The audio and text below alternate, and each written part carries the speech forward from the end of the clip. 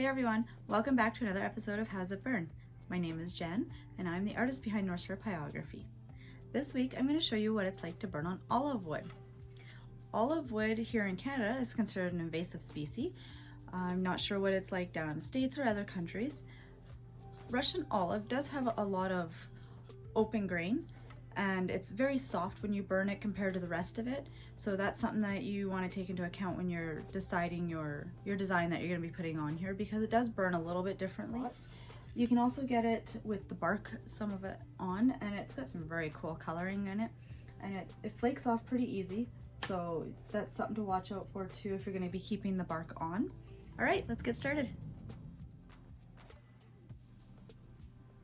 All right, so here we have our Russian olive wood, and this piece here is just a small piece, and it doesn't have any of the bark on the back. It's still kind of a pretty cool piece, but you can see the grain on it, how it's pretty open, and you got some that are pretty smooth. These parts are fairly easy to burn, and this is a little bit softer. Something to take into account when you're figuring out your design and stuff, because it can give it more of a almost feathered look, whereas this is more of a crisp look. So I'll start with my spear shader on my razor tip pen here. I use this for straight lines, outlining curves. So this here is on just a smooth piece of the wood without the grain, and it does quite well.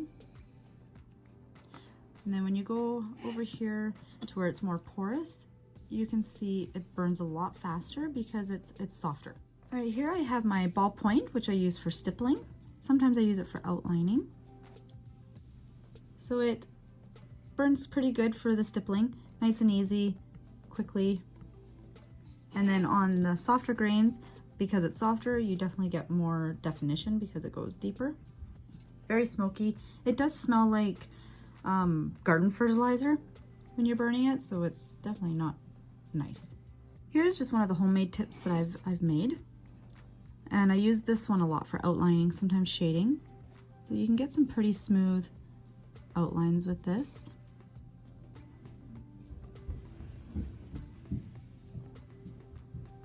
Keeping in mind that with the grain, because it's a lot softer, it's got more of like a feathered look to the edges of the burning, whereas up here it's more crisp to the outside, as I was explaining earlier. And when you are burning on the porous grain, it burns a lot darker. As you can see, this is more like a black color, whereas this is like brown. And then here's just my small shader, and I use this one for some pretty funky textures. And then if you're doing textures such as fir, grass, anything like that, it's fairly easy to achieve here on the harder parts of the wood. You can get relatively a smooth shade on this wood. It's a good wood for pretty much any type of design. It's good for if you want to add a little bit of a character to your design because of the grain, stuff like that. The different ways it can burn, whether it's like a softer burn on the grain or like the harder burns in between. You can achieve different styles there. And I'll just turn this here. So this is one I had done previously. Let me turn it so you can kind of see. This has clear coat on it, so you can see the different textures, the stippling.